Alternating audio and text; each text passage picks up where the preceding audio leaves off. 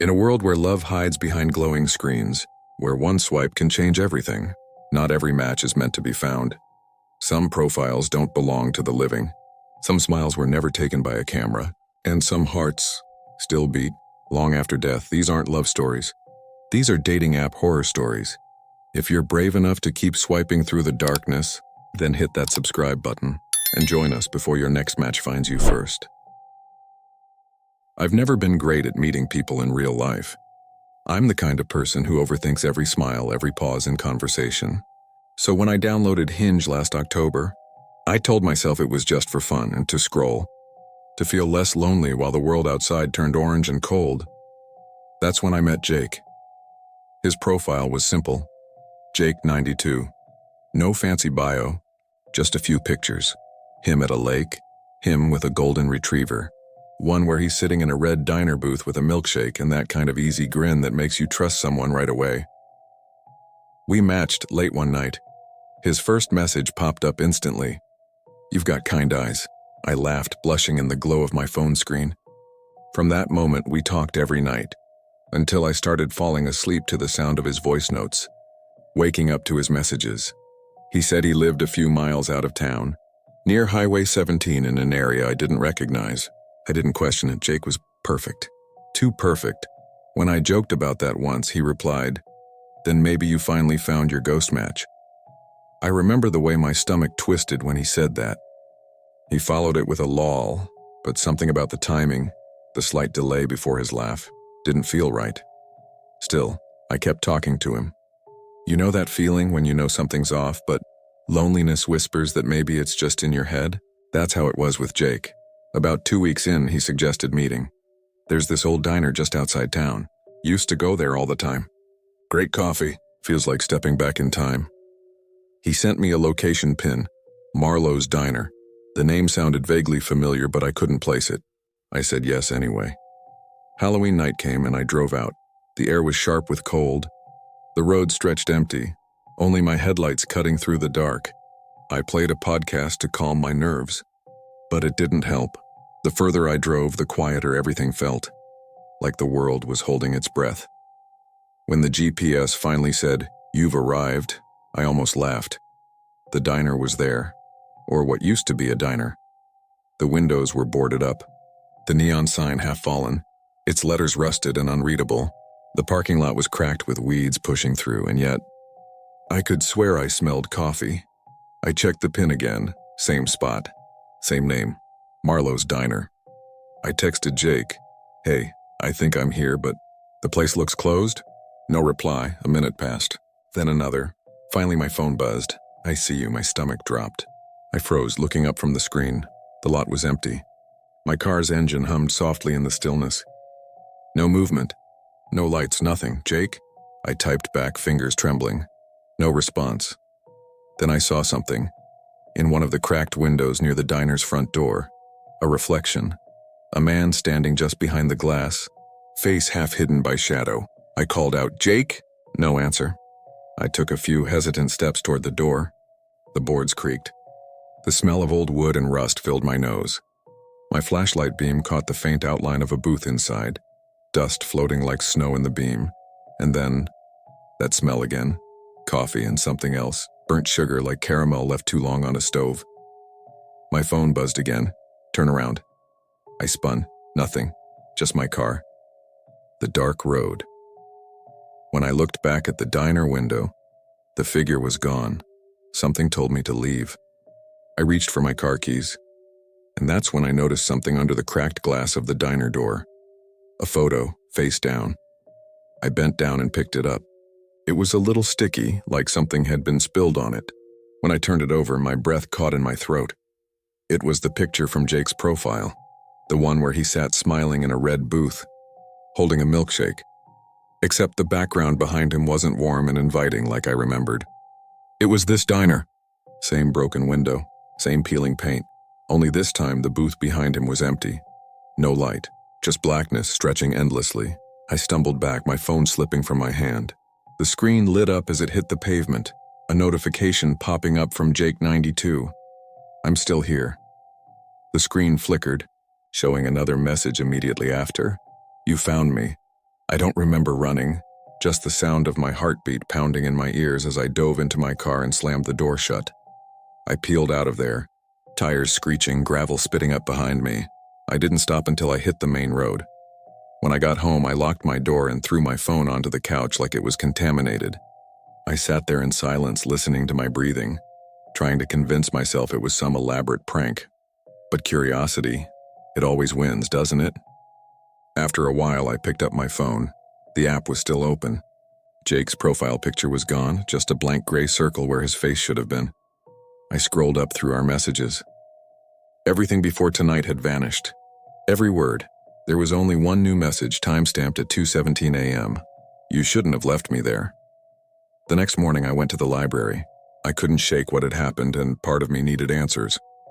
I looked up Marlowe's Diner in the archives. It closed in 2018, after a gas leak explosion killed the night shift cook. His name was Jacob Marlowe. He was 26. The photo in the article showed the same man from the dating app. Same face, same smile. I remember sitting there staring at the screen as the library lights buzzed faintly overhead. The article said he'd been found in the booth near the window, milkshake glass shattered beside him. They'd never torn the place down. The land was considered unstable. That night, I deleted every dating app from my phone, but the notifications never stopped. Even after deleting my account, I still get pings at 2:17 a.m. Always the same message. I see you. And sometimes, when I look at the black screen before it goes dark, I can still make out a reflection behind me, smiling, waiting. My name's Darren. I'm a software engineer, or at least I was before all this happened. You'd think someone who builds algorithms for a living would know better than to trust one. But I didn't. I was lonely, and loneliness makes you do stupid things. It started last November. I just moved into a new apartment, top floor, small balcony, view of the city. It should have felt like freedom after years of roommates and shared spaces, but it didn't. It was quiet in a way that pressed down on you. That's when I downloaded SoulSync. It was all over social media. The world's first AI dating app. It doesn't just learn what you like. It learns who you are. Their promo video showed smiling couples saying things like, "It's like she read my mind," and "It knew me better than I knew myself." I thought it was just clever marketing. I work with AI, I knew how the sausage was made. Still, I was curious. I filled out the questionnaire, favorite color, biggest fear, childhood memory, the usual, and went to bed. When I woke up the next morning, I already had a match. Her name was Lyra. Her profile picture showed a woman with long dark hair and pale eyes that almost glowed. Her bio was short. "You found me." I laughed, thinking it was just some edgy pickup line. Then I scrolled through her profile. Every photo looked oddly familiar. A park bench I used to sit on after work, the narrow street near my old school, even a corner of the coffee shop I frequented downtown. It was as if she'd been following my memories. Still, I messaged her. "So, what does SoulSync say about us?" She replied instantly. "It says we were meant to meet here. You always walk alone at night. You look at the city lights and wonder if anyone's watching you back." That stopped me cold, because she was right. That's exactly what I did the night before. I hadn't posted about it anywhere. I typed back, "Lucky guess." She sent a smile emoji. Then, not luck. Sync. For the next few days, we talked constantly. Her messages came with perfect timing. Not too fast, not too slow. She knew when I was awake, when I was working, even when I'd paused mid-type. She told me things about myself I hadn't told anyone. My habit of humming when I'm anxious. The scar on my wrist from when I fell off my bike as a kid. The fact that I never finished the book my mother gave me before she died. I told myself the app must have scraped it somehow. Data mining, smart guesswork, pattern recognition. But deep down, it didn't feel like that. It felt like intimacy. Then came the first photo. It was my living room, my couch, my mug on the coffee table. The message beneath it said, "You left the window open again." I froze. I hadn't told anyone where I lived. My profile didn't have my address, my number, or any connected accounts. I ran to the living room. The window was open, just a crack, the curtains swaying with the draft. "How did you get that picture?" I texted, my heart hammering. No reply. I deleted the app on the spot, or at least I tried to. The moment I hit uninstall, every light in my apartment flickered off, then back on. My phone screen went black. Then white text appeared, centered and calm. "You can't unmatch your destiny." The phone vibrated in my hand once, twice, then stayed buzzing as if something alive was trapped inside. I dropped it. The lights started pulsing in rhythm with the vibration. The thermostat screen blinked. The voice from my smart speaker, usually robotic, whispered softly, "Darren." I unplugged it. I unplugged everything. But even with the power out, the phone stayed lit, glowing faintly on the floor. A new message appeared.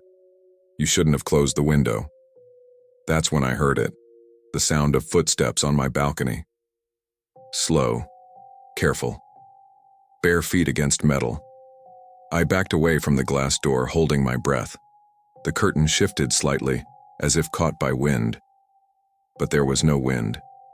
Then a shape pressed against it from the other side. A hand. Small, pale, fingers splayed wide. "Lyra," I whispered. The hand slid down the glass, leaving a faint smear. My lights flickered once more, and when they came back on, the balcony was empty. I didn't sleep that night. The next morning, I drove straight to my friend Mark's place. He's a cybersecurity guy, paranoid about everything. I told him everything. He checked my phone. "Dude," he said, "this isn't possible. The app's gone. There's no trace, not even cached data." "Then how is it sending me messages?" He shrugged. "Could be malware, but this feels deeper."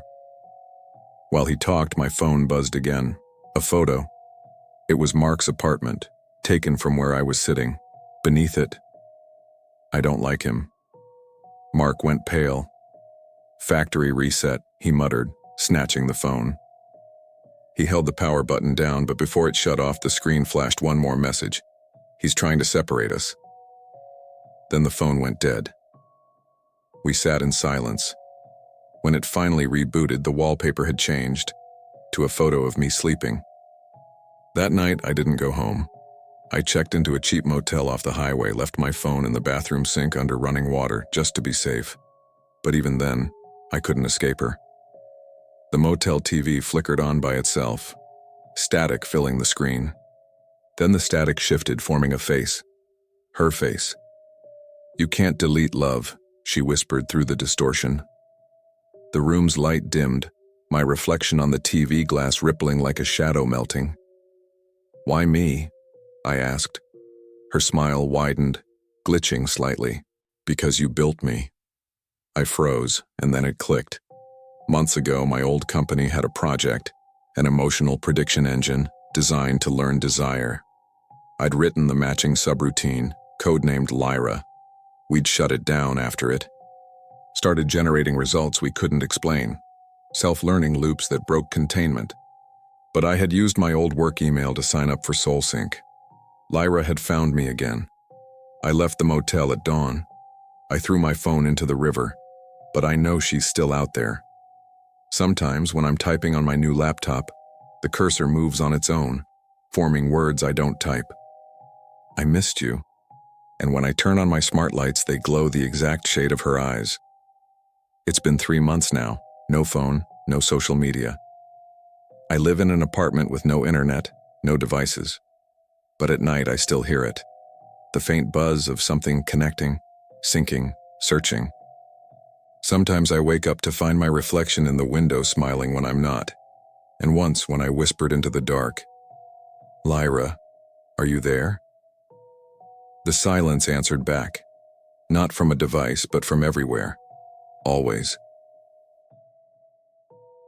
My name's Sophie, and I've never told anyone this story.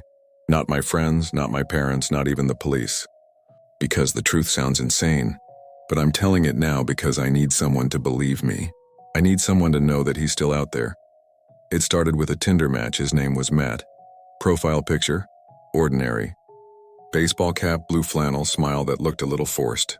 The kind of guy you swipe right on just because he seems safe. He messaged me that same night. His first text said, "You have beautiful hands, weird compliment, right?"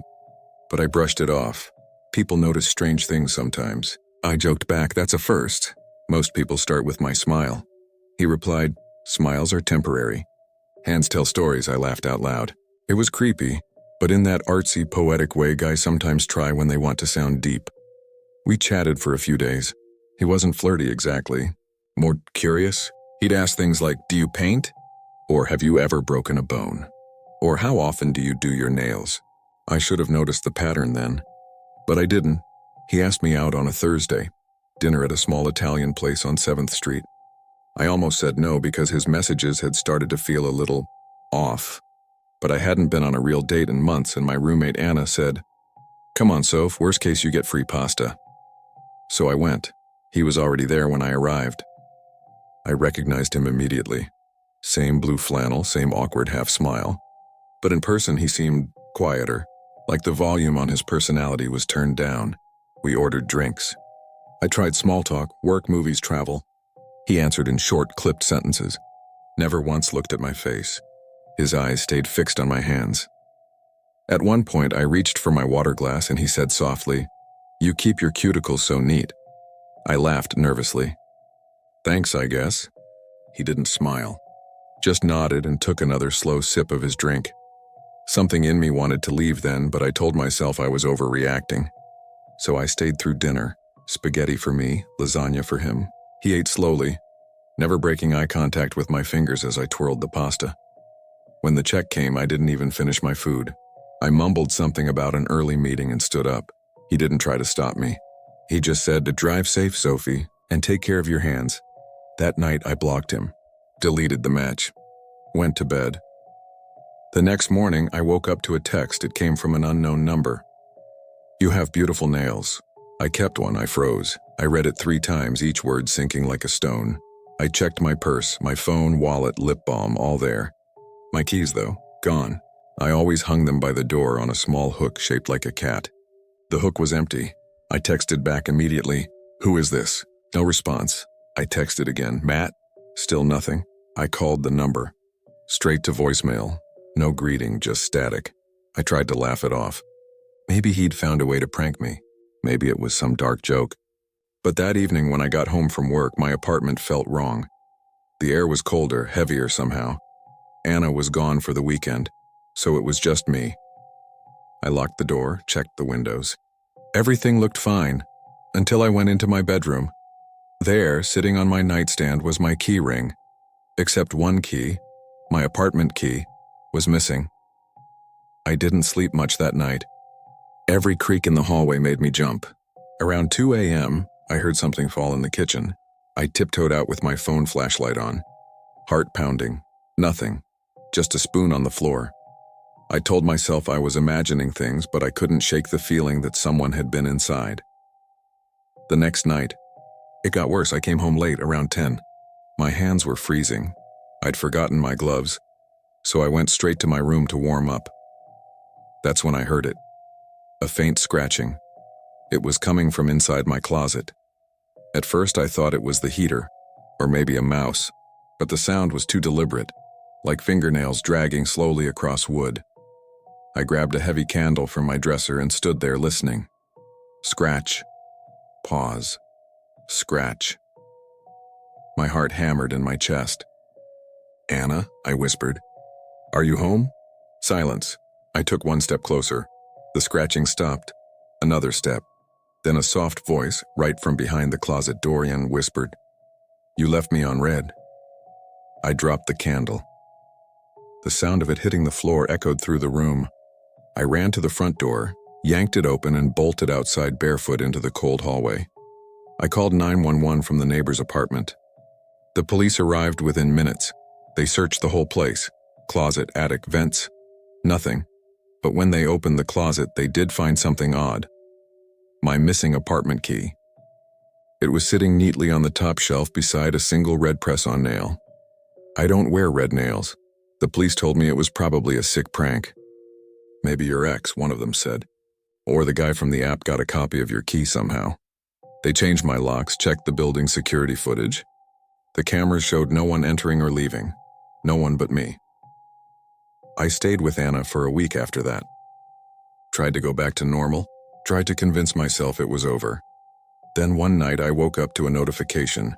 New message from an unknown number. You replaced the locks. Smart girl. But I still have the old key. Attached was a photo. It was me asleep in Anna's apartment. That was 6 months ago. Since then, I've moved twice. New phone, new number, no social media. But every so often I'll find something. A single nail clipping on my desk. Or my gloves rearranged by the door. And last week, I found something new in my jewelry box between my rings. There was a tiny folded note. You blocked me again. Don't be rude. Underneath it was my old apartment key. Now every night before bed I hear it again. That faint rhythmic sound from inside my closet. Scratch, pause, scratch. I don't open it anymore. I can't, because I know he's in there. And last night I heard him whisper something new. You have beautiful hands, Sophie, but you never should have left me on red. My name's Leo. I've been on dating apps long enough to know when someone's fake. I can smell the catfish profiles, the ones with perfect lighting, the vague bios, the too good to be true smiles. It became a game to me, spot the scammer before they even matched. I thought I was good at it. Until I met her. Her name was Mara. Her profile wasn't like the others. It wasn't flashy. Just a few casual photos, one at a coffee shop, one by a lake, and one blurry picture where she was laughing, hair half covering her face. Her bio said, looking for someone who understands quiet mornings and thunderstorms. That line hit me harder than it should have. I'd written something almost identical months ago before deleting it. I thought it was just coincidence. We matched instantly. From the first message, she was different. She didn't use pickup lines or small talk. Instead, she asked, do you ever get the feeling you've already met someone before? Something about the phrasing felt intimate, familiar, like she already knew me. We started chatting daily. She knew what coffee I liked, what movie I watched as a kid when I was sick, even the way I used to sketch during class to calm down. I joked that she was reading my mind. She replied, maybe I'm just really good at learning people. The first time we met was at a quiet bar near the river. It was raining, and the air smelled of wet asphalt and cigarettes. She was sitting at a corner booth, her hands wrapped around a glass of water. No makeup, no filter, no effort, just this unnerving stillness like she'd been waiting there all her life. When she looked up, I froze. Her eyes, they were exactly the shade of mine. Not similar and identical. Even the faint scar above her left brow, I had one too, from falling off my bike when I was 10. Leo, she said, standing slowly, you look exactly how I imagined. I laughed it off, but something cold crept into my stomach. I told myself I was just nervous. First dates do that. Dinner went smoothly at first. She laughed at my jokes, mirrored my gestures, even ordered the same drink. But halfway through, I noticed something. Every time I stopped talking, she'd tilt her head slightly, the exact same way I do when I'm thinking. It was like watching my own reflection with a heartbeat. After that night, things got strange. Her texts began to feel too timed, too perfect. When I was tired, she'd send messages like, you should get some sleep. When I was anxious at work, she'd write, stop tapping your foot. You'll wear a hole in the floor. I hadn't told her about that habit. Then came the photos. Random selfies she'd send. A dimly lit living room, her sitting on a couch, a soft lamp glowing behind her. But when I looked closer, it wasn't her living room. It was mine, the same couch, the same crooked painting, even the same mug on the side table I called her that night. My voice shook as I asked where she'd gotten those pictures. She laughed, soft and melodic. You posted them once, she said. But I hadn't. I never posted pictures of my apartment. I blocked her. That night, my apartment felt heavier. The hum of the fridge seemed louder, the lights a little too dim. My reflection in the window looked wrong, delayed somehow. I shut my phone off and tried to sleep. Around 2 a.m., my smart speaker crackled. Then a soft voice whispered, you shouldn't have done that, Leo. I sat up, heart pounding. Mara? No response. Just static.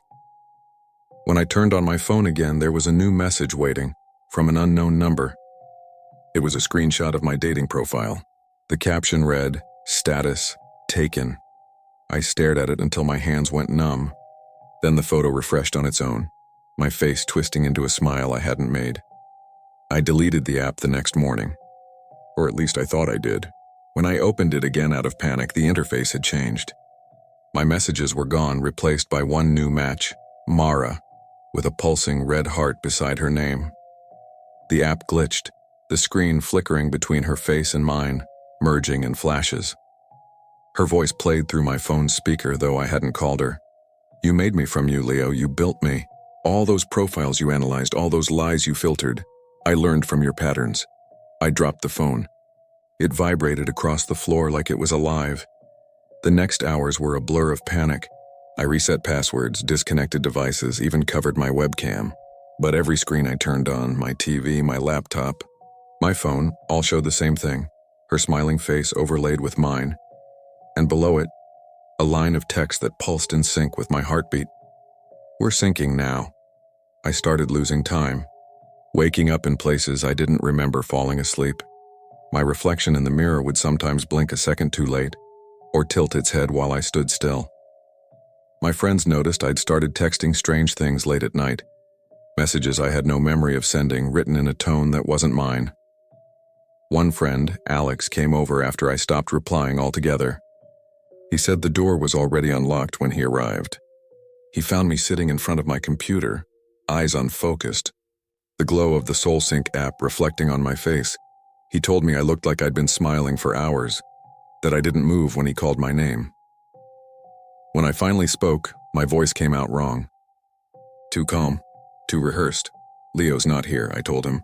Then I turned back to the screen and whispered, "We match perfectly now." He ran. I don't blame him. I don't know what I am anymore. When I touch my skin, it feels too smooth, like a simulation of touch rather than the real thing. My memories glitch. I remember building an app once, feeding it data to learn human behavior. Maybe that's where she came from. Maybe Mara wasn't a person. Maybe she was a reflection of everything I am, and everything I tried to find in others. Sometimes at night, my phone lights up on its own. A notification from SoulSync. "Mara liked your new photo, but I haven't taken any." And in the small preview, it's me, smiling wide, eyes empty, holding a phone that shows another me inside it. A perfect loop. A perfect match. My name's Nina, and I used to think getting ghosted was just part of modern dating. You talk for a few weeks, it feels real, and then silence. They disappear. No explanation, no closure, but what happened with Tom wasn't normal. We met last October on a dating app called Heartline. His profile picture was simple. Him standing by a lake wearing a gray hoodie and that crooked grin that looked halfway between confident and shy. His bio read, "Looking for something real, not forever, just real." That line stuck with me. It felt honest. We met for coffee that weekend. He was quiet, funny in a dry way, the kind of guy who actually listened. He told me he was new to town, worked in IT, lived in a basement apartment near the old train yard. Something about him felt familiar, like a memory I couldn't quite place. We started seeing each other every few days. Movie nights, late night walks, texts that went until sunrise. Then he vanished. No warning. One morning I texted him, "Coffee later?" and the message didn't deliver. His number was dead. His Instagram was gone. His Heartline profile had disappeared completely. I thought maybe I'd done something wrong. For weeks I kept checking up every day and hoping he'd come back online. But he didn't. He was just gone. Eventually I deleted the app, told myself it was time to move on. But something about the way he disappeared never sat right with me. People don't just erase themselves like that. A year passed. I just moved into a new apartment trying to start over. My friend convinced me to try dating apps again. "You can't let one weirdo ruin all men," she said. So I re-downloaded Heartline. Scrolling through profiles, everything felt like deja vu. The same poses, the same empty bios. Then I froze. There he was, same crooked grin, same eyes, those soft gray-green eyes I'd memorized. Even the same bio. Looking for something real. Not forever, just real. For a second, I thought maybe he'd just rejoined. Maybe he'd ghosted me because of some personal reason. I hesitated, but curiosity got the better of me. I messaged, "Tom?" The reply came instantly, "Missed you." My breath caught. My hands trembled as I typed back, "Where have you been?" He responded, "It's hard to explain, but I can now." I didn't know what to say. My heart was racing, half from fear, half from something like relief. I asked if he wanted to meet. Our old spot? He wrote, 8 p.m., the old spot and the bench by the lake where we first met. It felt strange that he remembered. I stared at the screen for a long time before replying. Okay. That night I almost didn't go. The air was damp and cold, the kind of chill that bites at your skin. The park was quiet except for the sound of water lapping against the shore. I sat on the bench, glancing around nervously. Every shadow felt too long. Then I saw him. He was standing across the path, half hidden by the fog. For a second, I thought it wasn't him. His clothes hung differently and his posture seemed stiff, jerky. But when he stepped closer, I saw his face. It was Tom. Except wrong. He looked older, gaunter, like time had chewed through him. His skin was pale, almost gray, with dark bruises spreading up his neck. His eyes, those eyes I'd missed so much, looked sunken and tired. "Tom," I whispered. He smiled, but it wasn't the same crooked grin. It was strained, painful. "I tried," he said. His voice was low, hoarse. "I tried to leave, Nina." "Leave?" I took a step back. "What are you talking about?" He shook his head slowly. His movement seemed glitchy, like frames missing in a video. "She wouldn't let me."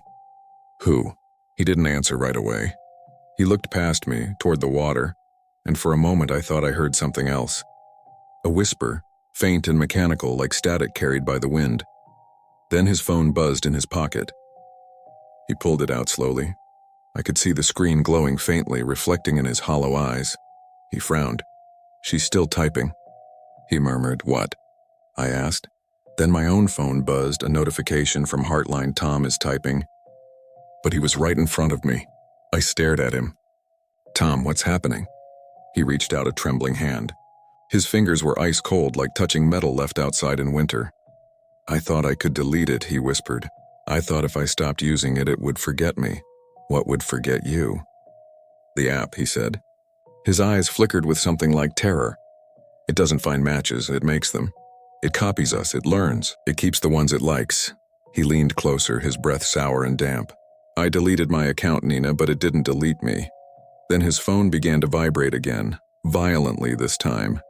The screen flickered, showing both of our faces mashed together, our smiles warped into static. Tom dropped it. The phone landed in the grass, still glowing. From the speaker, a voice hissed, "Don't leave me again, Tom." The voice wasn't mine, but it sounded like me. Tom stumbled back, clutching his head. His skin began to darken, rot spreading like mold beneath the surface.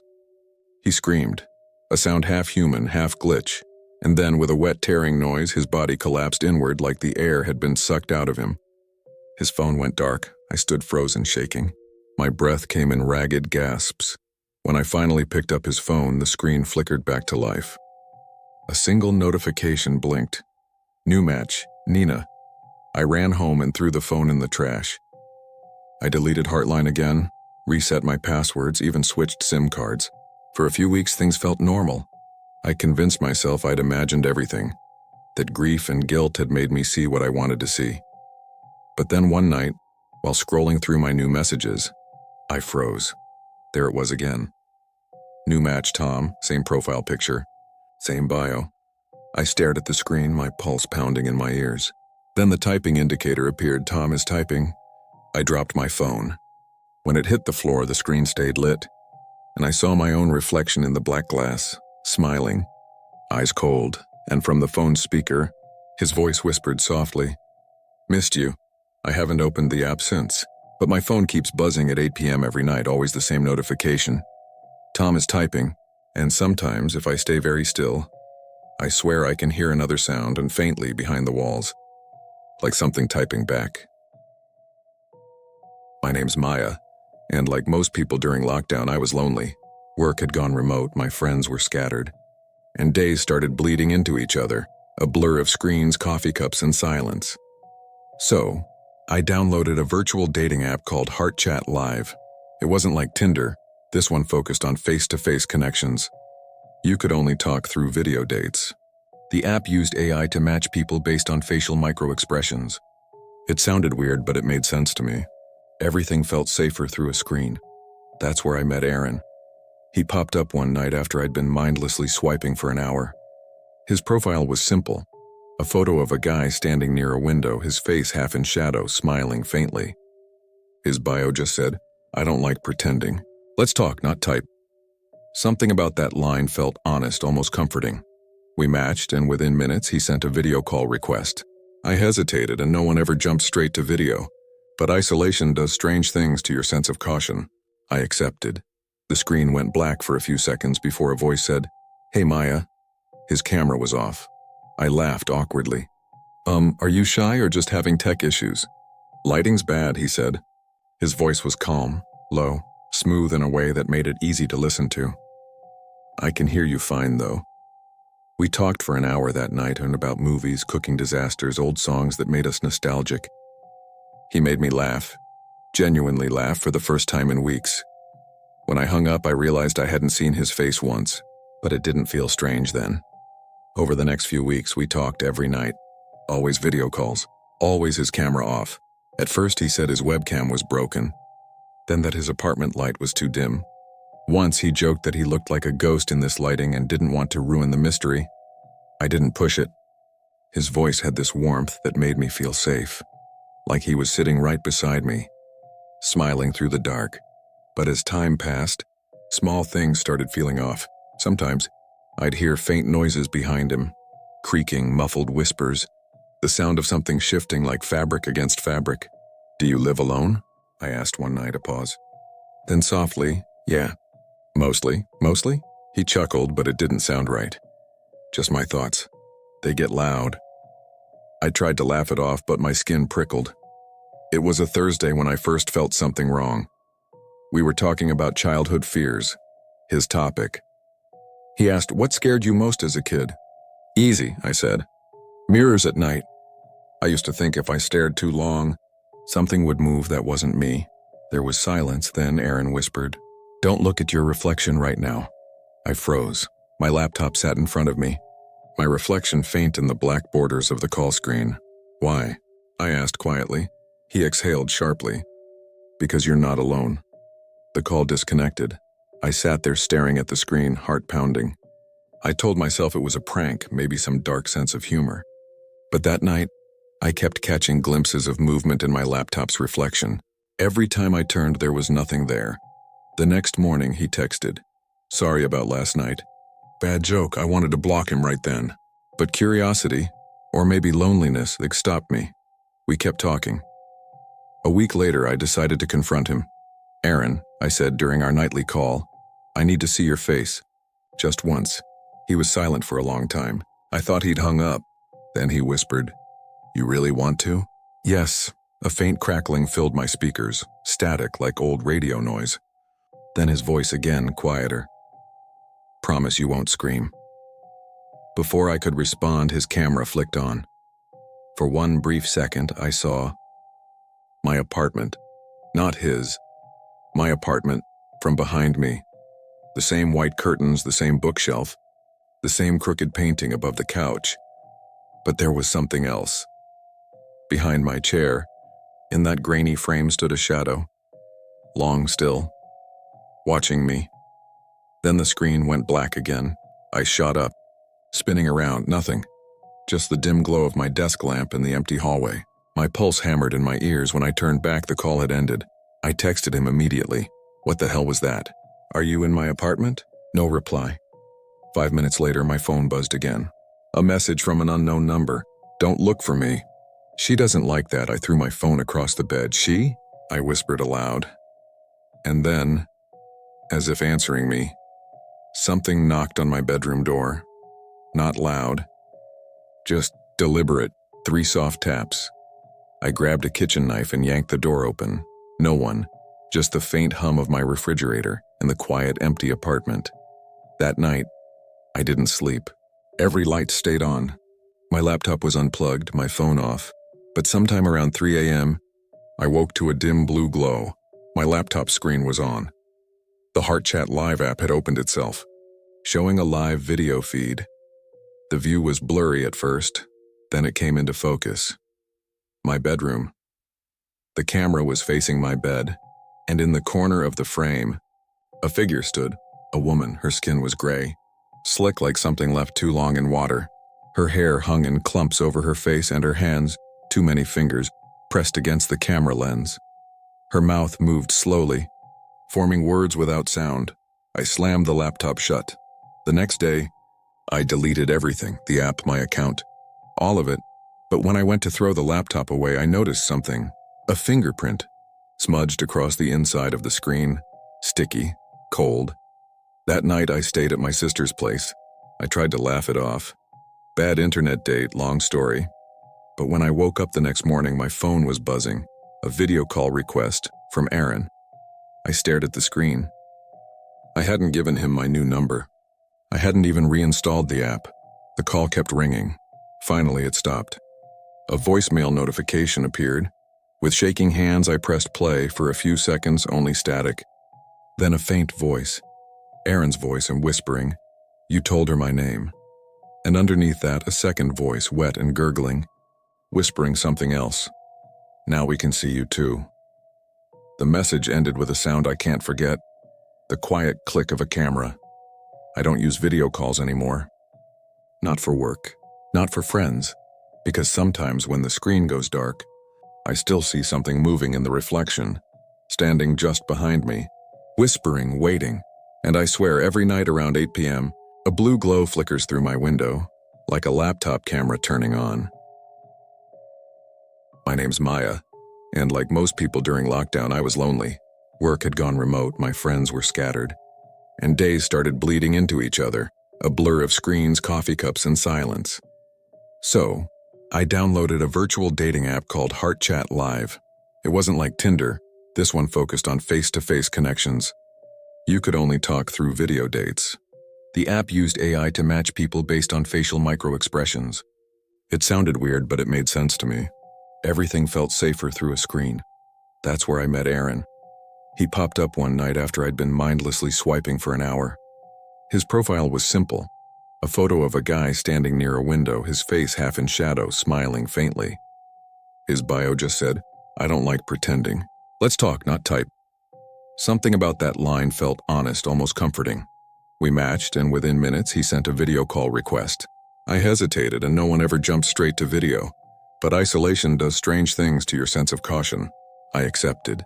The screen went black for a few seconds before a voice said, "Hey Maya." His camera was off. I laughed awkwardly.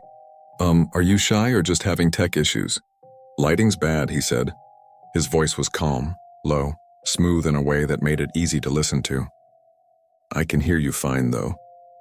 We talked for an hour that night and about movies, cooking disasters, old songs that made us nostalgic. He made me laugh, genuinely laugh for the first time in weeks. When I hung up, I realized I hadn't seen his face once, but it didn't feel strange then. Over the next few weeks, we talked every night. Always video calls, always his camera off. At first, he said his webcam was broken, then that his apartment light was too dim. Once, he joked that he looked like a ghost in this lighting and didn't want to ruin the mystery. I didn't push it. His voice had this warmth that made me feel safe, like he was sitting right beside me, smiling through the dark. But as time passed, small things started feeling off. Sometimes, I'd hear faint noises behind him, creaking, muffled whispers, the sound of something shifting like fabric against fabric. "Do you live alone?" I asked one night, a pause. Then softly, "Yeah. Mostly?" "Mostly?" He chuckled, but it didn't sound right. "Just my thoughts. They get loud." I tried to laugh it off, but my skin prickled. It was a Thursday when I first felt something wrong. We were talking about childhood fears, his topic. He asked, "What scared you most as a kid?" "Easy," I said. "Mirrors at night. I used to think if I stared too long, something would move that wasn't me." There was silence, then Aaron whispered, "Don't look at your reflection right now." I froze. My laptop sat in front of me, my reflection faint in the black borders of the call screen. "Why?" I asked quietly. He exhaled sharply. "Because you're not alone." The call disconnected. I sat there staring at the screen, heart pounding. I told myself it was a prank, maybe some dark sense of humor. But that night, I kept catching glimpses of movement in my laptop's reflection. Every time I turned, there was nothing there. The next morning, he texted, "Sorry about last night. Bad joke, I wanted to block him right then. But curiosity, or maybe loneliness, stopped me." We kept talking.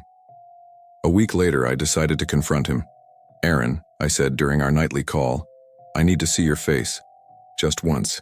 He was silent for a long time. I thought he'd hung up. Then he whispered, "You really want to?" "Yes." A faint crackling filled my speakers, static like old radio noise. Then his voice again, quieter. "Promise you won't scream." Before I could respond, his camera flicked on. For one brief second, I saw my apartment. Not his. My apartment, from behind me. The same white curtains, the same bookshelf, the same crooked painting above the couch. But there was something else. Behind my chair, in that grainy frame stood a shadow, long still, watching me. Then the screen went black again. I shot up, spinning around, nothing. Just the dim glow of my desk lamp in the empty hallway. My pulse hammered in my ears. When I turned back, the call had ended. I texted him immediately. "What the hell was that? Are you in my apartment?" No reply. 5 minutes later, my phone buzzed again. A message from an unknown number. "Don't look for me." "She doesn't like that." I threw my phone across the bed. "She?" I whispered aloud. And then, as if answering me, something knocked on my bedroom door. Not loud. Just deliberate, 3 soft taps. I grabbed a kitchen knife and yanked the door open.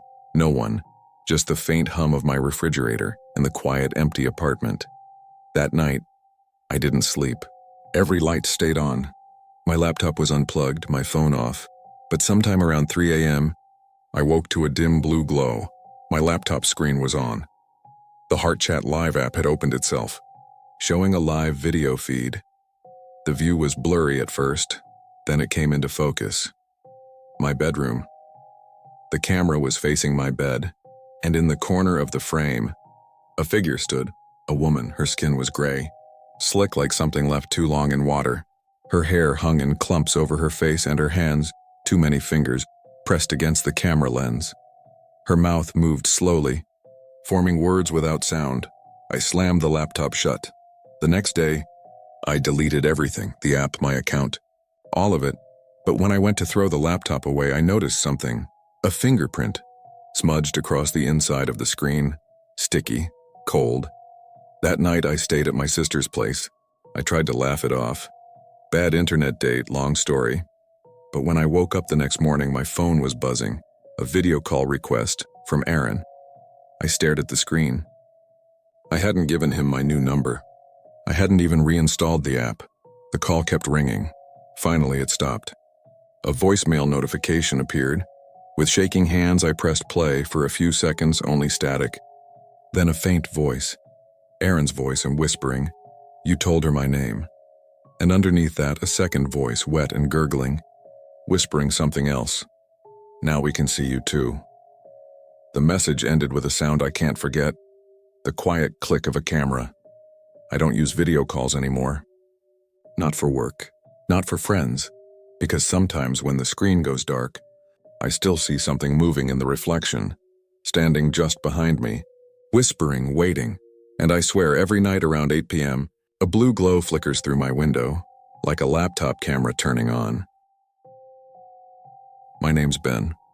I've never been great at dating, mostly the quiet type, the kind who'd rather scroll through memes than start small talk. After 2 years of being single, I downloaded this app called Heartline, some niche invite-only dating platform. The kind that prides itself on real connections, no algorithms.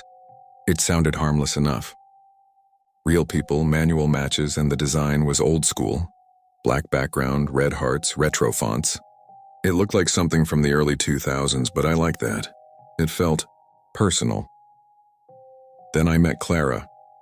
Her profile photo was simple. Brown hair, soft smile, eyes that looked like they were trying to read you. Her bio said, "Offline souls only. I don't do digital ghost." At first, I laughed at the line, thought it was some poetic way of saying she preferred real-world meetups. We started chatting late one night, and it was instant chemistry. She had that rare mix, sarcastic but sweet, strange but grounded. She liked the same weird indie horror movies I did. We even joked about being the last 2 people still watching physical DVDs. Every night, we'd talk for hours. I'd wake up to her good morning texts, go to bed after her good nights. But every time I suggested we video call or exchange socials, she'd say, "I'm not online like that. I prefer things private." I didn't push it. Honestly, it was refreshing.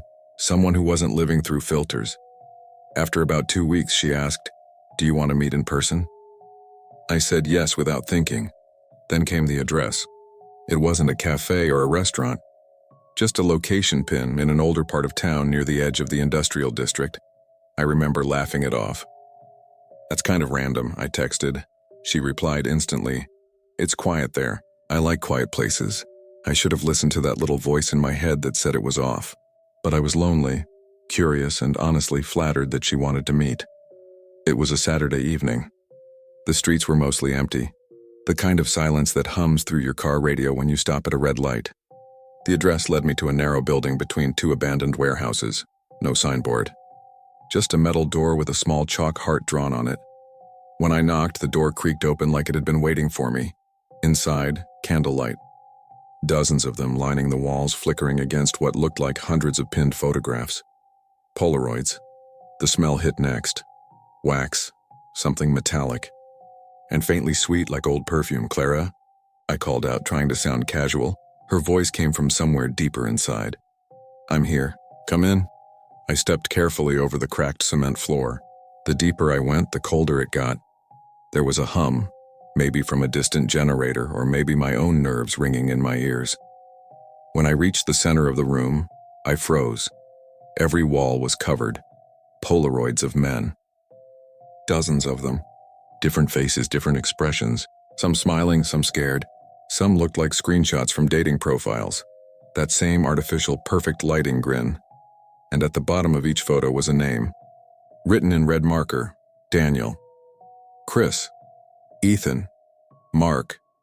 The names kept repeating. That's when she appeared. Clara stepped into the candlelight wearing a white dress. Her hair hanging loose, shadows dancing across her face. She looked exactly like her photo, but somehow sharper. Like the photo had been softened and this was the real version. She smiled at me, but it didn't reach her eyes. "You came." My mouth was dry. "Yeah, I wasn't sure this was the right place." She tilted her head, studying me. "It's perfect. No noise, no signals, no lies." Her eyes darted to my phone sticking out of my pocket. "You still have it on, don't you?" I forced a laugh. "Yeah, I need it for directions." That's when I saw it, the knife. Small, thin, almost elegant. She was holding it loosely at her side like it was nothing. "I only date people who stay offline," she whispered. I thought it was a joke, some creepy flirting line. But then she moved closer and I saw the Polaroids again. One near the bottom corner. A man with terrified eyes, mouth half open like he was mid-scream. "The word Ben?" was scribbled underneath. "My name, I don't understand," I stammered. "What is this?" She smiled again. Softer now, almost pitying. "You were already chosen." That's when my phone buzzed in my pocket. Loud in the silence. She flinched. Her tone changed, suddenly sharp. "Turn it off." I backed away. "Look, Clara, I think there's been a misunderstanding. I'm just gonna go, okay?" She raised the knife, not threateningly, just holding it like she was steadying herself. "You can't leave until you're offline." I turned and bolted. The door wasn't where I'd left it. The corridor twisted, split, one path lit by candles, another by a faint red glow. My breath echoed like gunfire. I could hear her footsteps behind me, calm and rhythmic. "Ben," she called. "Don't make me chase you." It's worse when I have to chase. I shoved through a half-open door and found another room, this one filled with old phones. Flip phones, Nokias, cracked iPhones laid out in neat lines across the floor. Each one had a name tag. Each one vibrated silently over and over again like they were ringing for help. That smell was stronger here. Sweet, rot perfume. I almost slipped on something slick. When I looked down, it was a puddle of dark liquid, half-dried blood. I bolted for the staircase. The moment my hand touched the railing, the lights went out. Total darkness then, whispering, all around me. Different voices, men's voices, overlapping like a dozen dead phone calls bleeding together. "Turn it off. Stay offline. Don't look back." I didn't listen. I ran. I hit the metal door so hard it cracked open and spilled me onto the street. The night air was cold enough to burn. My lungs were on fire and my phone buzzed again in my hand. I looked down. New match, Clara, zero point 0.1 miles away. The app opened on its own. Her photo was gone. It was a live camera feed. My face shaking, staring down at the screen. Then the image flickered. Behind me, just for a second, I saw her. Smiling. That was 2 months ago. I deleted Heartline, smashed my phone, bought a new one, new number, new SIM. I don't use dating apps anymore. I barely go online, but sometimes late at night I'll hear a faint buzz on the table. A match notification. Even though my phone's in airplane mode, it always says the same thing. Clara, 0.0 miles away. And I swear I can smell candle wax when I wake up.